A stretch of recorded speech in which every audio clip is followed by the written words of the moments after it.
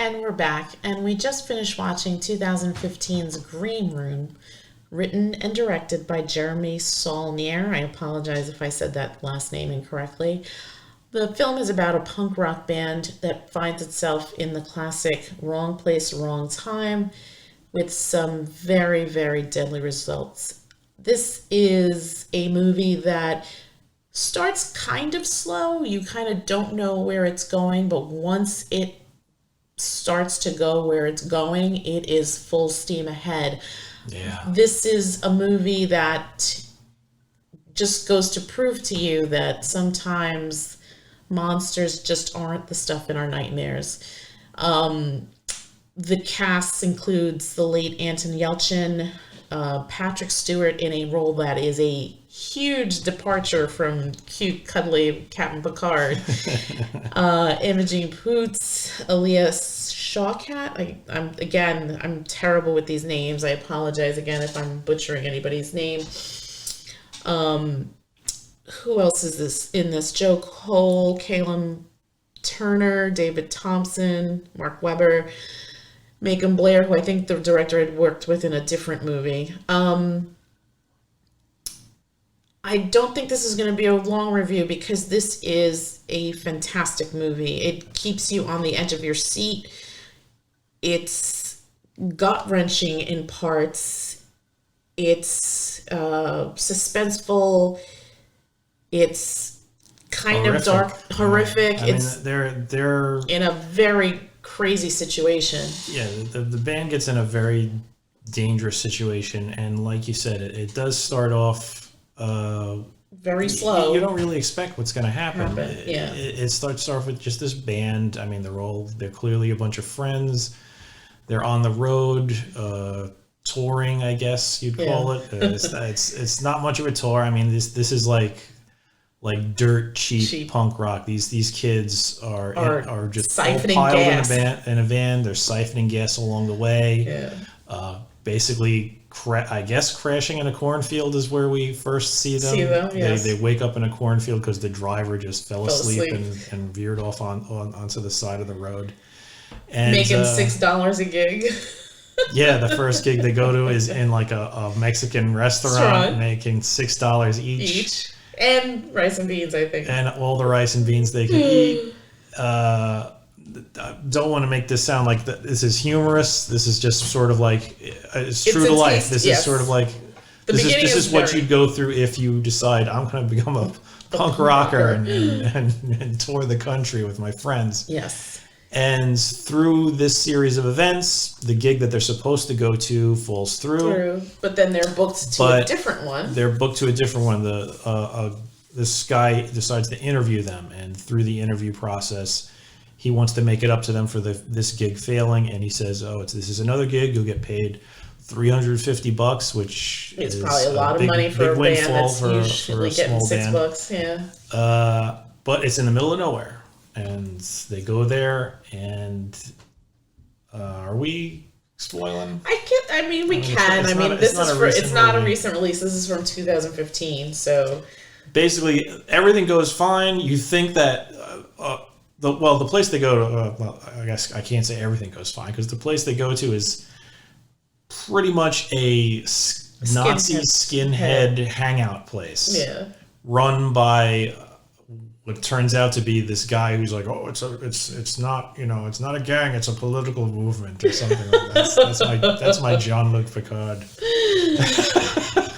But it's funny.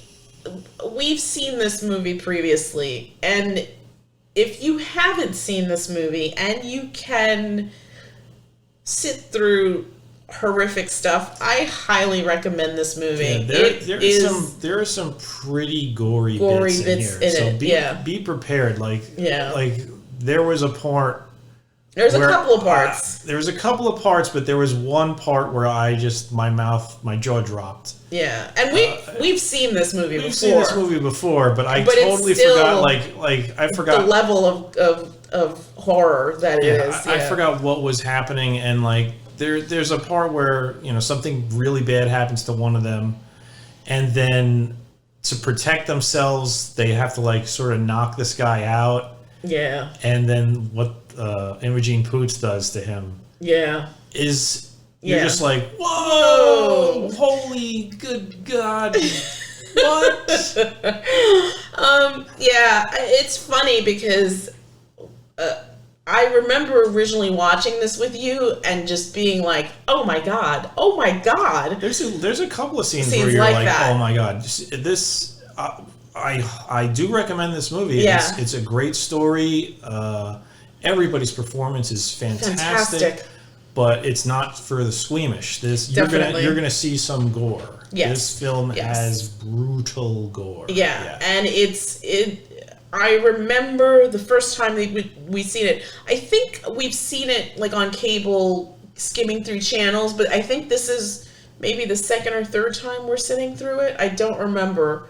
I mean, this is the second time I've sat through it in one sitting. I recall it's appeared on like cable. HBO or cable or something. Yeah, and we've seen every it once in a while, and I've seen like chunks of it at a time.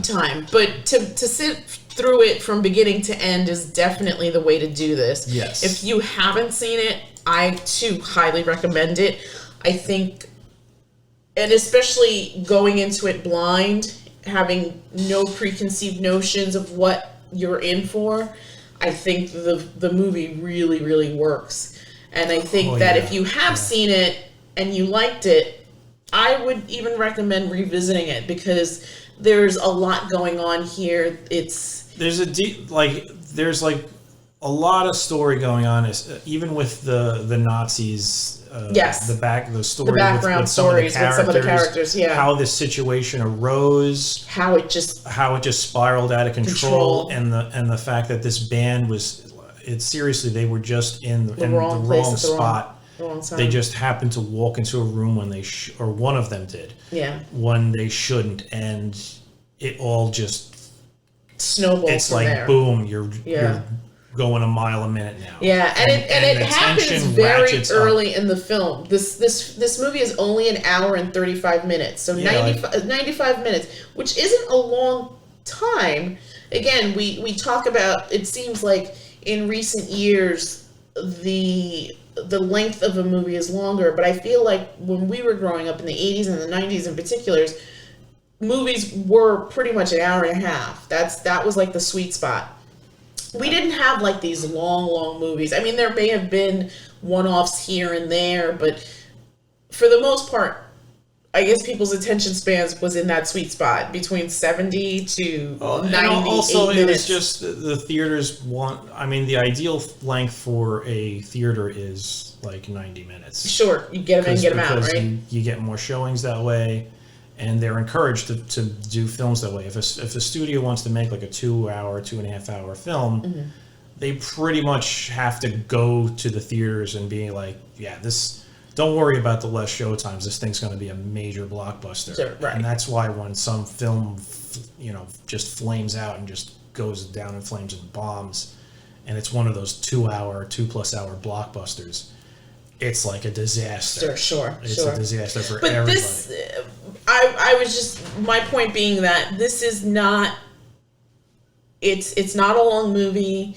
It goes by very quick. Like I said, in the beginning, it's kind of slow. You're not really sure what's going on. It's very, I wouldn't say slow. That's disingenuous. That's negative because they do a great job of just building the characters. I mean, you're not going to know who their families, what their family situations are, if they have brothers and sisters. You just know that these are decent a group of young kids yeah. who are decent, and yeah, I guess they're stealing gas, but they're doing it for their art, or whatever. Yeah. And they really just want to do what they're doing. They want to play music, and there wasn't a single member of this band that I was just like, oh, I can't wait for that guy to die.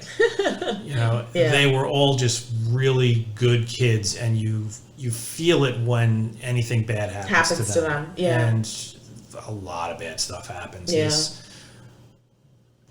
Like I said, this is not a film for the squeamish. A lot goes on, and once that moment happens, it's when the kid walks into the wrong room at the wrong time, it's just like a tsunami. It just goes nonstop. Yeah, the tension just jacks itself up to 90. Yeah, and you are you are like right in the middle of it, and you feel for these kids, and you want them to get out of the situation so bad. And wow. I also wanted to say I'm still not okay with Anton Yelchin not being on the planet anymore. It's very sad. Yeah, he was a talented young actor. He was a talented young actor, so and in his tragic. in his short time on this planet, just has a lovely body of work. So it's always nice to see him, but it's always bittersweet. I think you and I have had this conversation as parents. You know, that's our greatest fear, right? Yeah. I never want to outlive my children, ever. But to see him is always kind of bittersweet. Like, I see him, and it's just, it hurts my heart in a way, because, again, he, in his 20 some odd years on this planet, has a lovely catalog of work. So yeah, I mean, seriously talented guy. Seriously talented. What a tragic event that he's no longer with us. But really strong, really beautiful performance by Anton as like kind of the glue that holds that band together, even though he's sort of like, I would say he was like the heart of the group. I was going to say, he wasn't the hard, or he wasn't like the leader of the group, but he definitely was the heart. Absolutely. Yeah. And it comes across very, very nicely. I mean, this is a young man that just was such an amazing performer. Just really touched by his turn in this movie. And on the other side of that spectrum is Patrick Stewart. Who just does...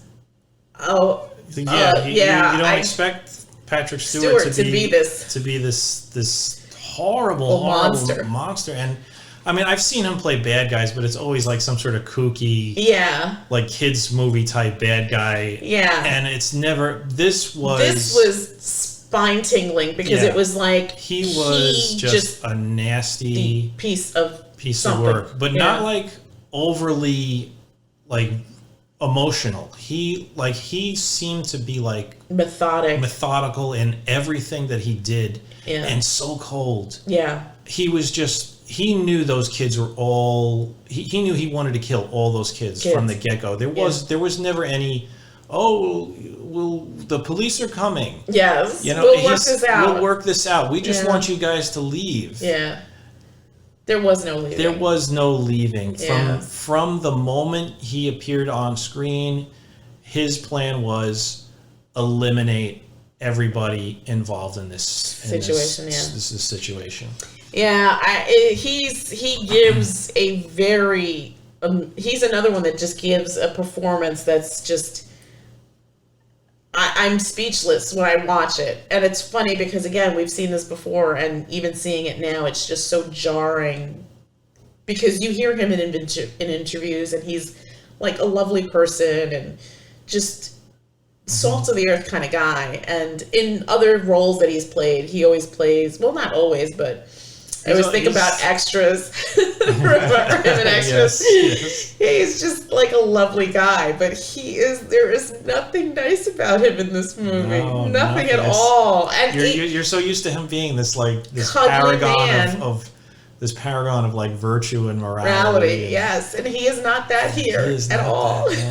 No, he's not. He is he is a stone cold killer. Evil man. Yeah. It's a political movement. But, I mean, there's really not much to say here. This is a fantastic, fantastic movie. If I had to give it a rating between 1 and 10, I'd give it an 8.5. Yeah, I'd give it an 8.5 as well. The writing on this thing is strong. I also loved like the camera work in this. You know what, the direction, it's kind of understated. There's nothing, he's not doing anything crazy, but it's great. Yeah, it's beautiful. It's really well done. Yeah. He sort of there's a lot of shots where it's taken from high above, and you could see how isolated the band is becoming. Yeah. As they're traveling into like the woods of, what was it, Oregon that they were in? Was it Oregon or was it Washington State? I thought it was Washington State. I don't remember. But I looked on the IMDb page, and apparently this was filmed in Oregon. It felt like it. It felt like one of those like Pacific Northwest There was a lot of shots states. that, like, from high above of a car going through winding roads. It was like kind of like the beginning of The Shining. You know? Yes. There was an eerie quietness. There was a very eerie quietness, and like I said, he's not doing anything super spectacular or fancy with the shots, but it's just great. He gets everything. Even the scenes of violence. Everything is so clear. You know where really everybody is. Everybody's performances were spot on. Yeah, you could feel the fear. Like, you could feel. Oh, I know people don't like Imogen Poots. When he pulled his arm back through that door. Oh my God, let's not talk about it. Oh. That scene. Oh my God. I know. Well, she doesn't bother me, but apparently a lot of people don't like Imogen Poots. I thought she was really great in this.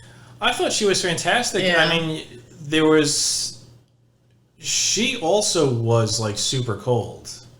In a way, because she was ready to like go down in flames. It was like it's them or me. Yeah, like I choose me. She was like, stone cold killer. I mean, I think everyone else had reservations. Like the girl Sam. I think she was not made for this. For this, no. But she still she still fought. Like that was the thing. None of them were wimps. You could see some of them weren't fighters. Like the lead singer wasn't really. He was the first one down, I think, right? He was like you could see he was trying to portray toughness, but when it came down to it, he wasn't really the fighter. Yeah. The drummer, I think Reese, right? The drummer, that guy knew what he was doing. He was doing arm bars and chokeholds and stuff. And he snapped that guy's arm. Yeah, he broke that guy's arm. Choked him to death. He choked him out. But none of them were like. They didn't cower. Nobody was a coward. They knew that they were in a life or death situation. And that was kind of refreshing too, because usually in films like that, there's always the one person that's going to throw somebody else on the bus. He's basically there to screw everybody else over. Yeah. And that wasn't that. And you were just like, these kids could do it. These kids could do it. They can get out of the situation. Yeah. And it just goes so horribly wrong. That's another good thing. I mean, I think I said it before, but you're really rooting for these kids. You want them to get out of the situation so bad because you like them. They built the time to make the characters likable. Yeah. And then they put them in this hell situation. Yeah. This is a really, really good movie. I'd even say close to. I'd put 9. It even closer to 9, maybe even a 9. Yeah. You know what? I'll change mine too to a 9. Yeah, it's a 9 movie. Solid script, solid cinematography, solid directing, and it didn't get fantastic acting. Was it like even in wide release? I don't know. I mean, I feel like this was like an independent film. I mean, how did we see it? I don't think we went to the theater. I'm pretty sure we saw it on cable, on like cable or Netflix or something. The first time we saw it. Yeah. But I remember hearing about it online. Like, I remember reading it on some movie website, but I don't recall it getting any sort of big commercials or a big push. No. And it's such a good movie, and I don't think many people really know about it. I mean, we just spoke to my sister today, about it, and she was like, had no idea. And this is totally up her. This is totally up her wheelhouse. It's funny because I think I heard an interview with Patrick Stewart when he was talking about this movie, and I think that's how I wanted to watch this movie. And I remember the first time we saw it just being completely like, oh my god. It really, it really like blew my expectations away. Because yeah. I mean, you hear some sites online, they'll crow about a movie, and you go see it, and it's like it was all right. It's all right. Yeah. It's nothing spectacular. This lived up exceeded. to it. Yeah.